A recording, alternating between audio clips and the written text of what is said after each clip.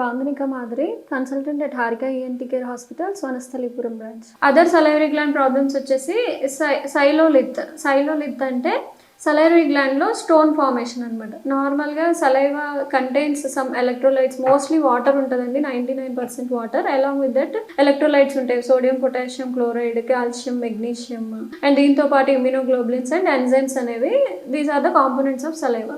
So ఈ stones అనేవి ఎక్కువ మనకి సబ్మాండిబులర్ గ్లాండ్ లో ఫామ్ అవుతుంది. ఎందుకు అంటే సబ్మాండిబులర్ గ్లాండ్ లో high content of calcium and magnesium ఉంటాయి, వేరాజ్ పెరోటిడ్ గ్లాండ్ లో అయితే లో content of calcium and magnesium ఉంటుంది.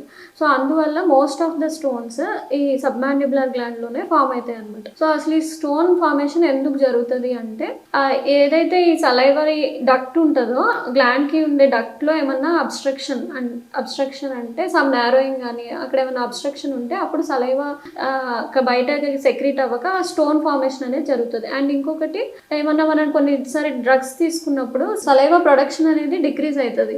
యాంటీకోలినర్జిక్ డ్రగ్స్ కానీ ట్రైసైక్లిక్ యాంటీ డిప్రెసెంట్స్ ఇట్లా యూజ్ చేసే వాళ్ళలో ఈ సలైవా ప్రొడక్షన్ తగ్గిపోవడం వల్ల కూడా స్టోన్ ఫామ్ అయ్యే ఛాన్సెస్ ఉంటుంది అనమాట.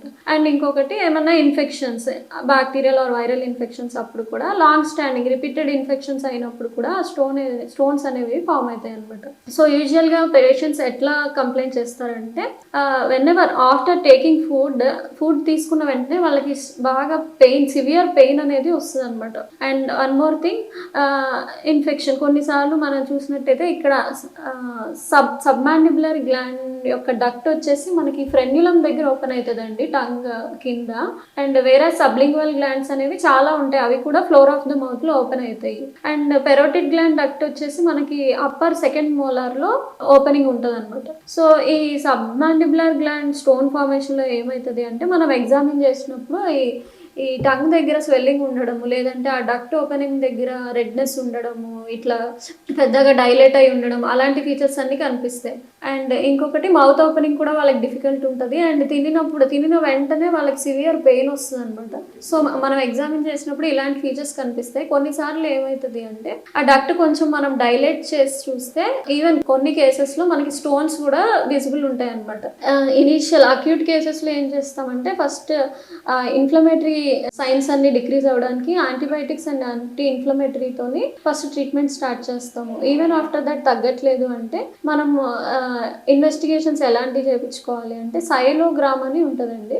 సైలోగ్రామ్ లో ఏంటి అంటే మనం కాంట్రాస్ట్ డై ఇచ్చి ఎక్స్రేస్ ఆ సలైవరీ గ్లాండ్ యొక్క anatomy along with the duct ఎట్లా ఉంది అనేది ఎక్స్రే చేస్తే ఈ స్టోన్స్ అనేవి రేడియో ఓపేక్ ఉంటాయి కాబట్టి మనకి ఎక్స్రేలో ఫైండింగ్స్ కనిపిస్తాయి అనమాట. So depending upon the size of the stone మనం అది డక్ట్ అనేది డైలేట్ చేసి స్టోన్ రిమూవ్ చేయొచ్చు, ఆర్ లేదా త్రూ సైలో ఎండోస్కోపీ కూడా చేస్తాం ఇప్పుడు. సో ఈ సైలో ఎండోస్కోపీలో ఏంటి అంటే డ్యూరింగ్ ఇది బోత్ డయాగ్నోస్టిక్ అండ్ థెరప్యూటిక్, మనకి స్టోన్ ఉందా లేదా అని తెలుస్తుంది. And at the same time చిన్న స్టోన్స్ అయితే అప్పుడే రిమూవ్ చేసేయచ్చు అనమాట డక్ట్లో నుంచి. సో ఇట్లా ట్రీట్ చేస్తాము. అండ్ కొన్ని సివియర్ కేసెస్లో ఏంటి అంటే లార్జ్ స్టోన్స్ ఉన్నప్పుడు ఆ సలైవరీ గ్లాండ్ డక్ట్ ఓపెన్ చేసి ఆ స్టోన్ అనేది రిమూవ్ చేసేస్తాము. అండ్ కొంతమంది పేషెంట్స్ ఏంటి ఈవెన్ ఆఫ్టర్ మేము స్టోన్ రిమూవల్ కూడా మాకు మళ్ళీ ఇన్ఫెక్షన్స్ వస్తున్నాయని కంప్లైంట్ చేస్తారు. సో దీనికి మెయిన్ రీజన్ ఏంటి అంటే డ్యూరింగ్ దట్ ప్రొసీజర్ మనం నార్మల్గా డక్ట్ని మార్సుపిలైజేషన్ అనే ప్రాసెస్ చేస్తాము. ఆ ప్రొసీజర్ చేసినప్పుడు ఆ డక్ట్లో ఏమైనా స్ట్రిక్చర్స్ లాగా లేదంటే నారోయింగ్ లాగా అయితే ఏమవుతుందంటే మొత్తం ఆ గ్లాండ్లో అనేది ఇన్ఫెక్షన్స్ రిపీటెడ్గా వస్తూ ఉంటాయి, సలైవరీ గ్లాండ్కే వస్తూ ఉంటాయి.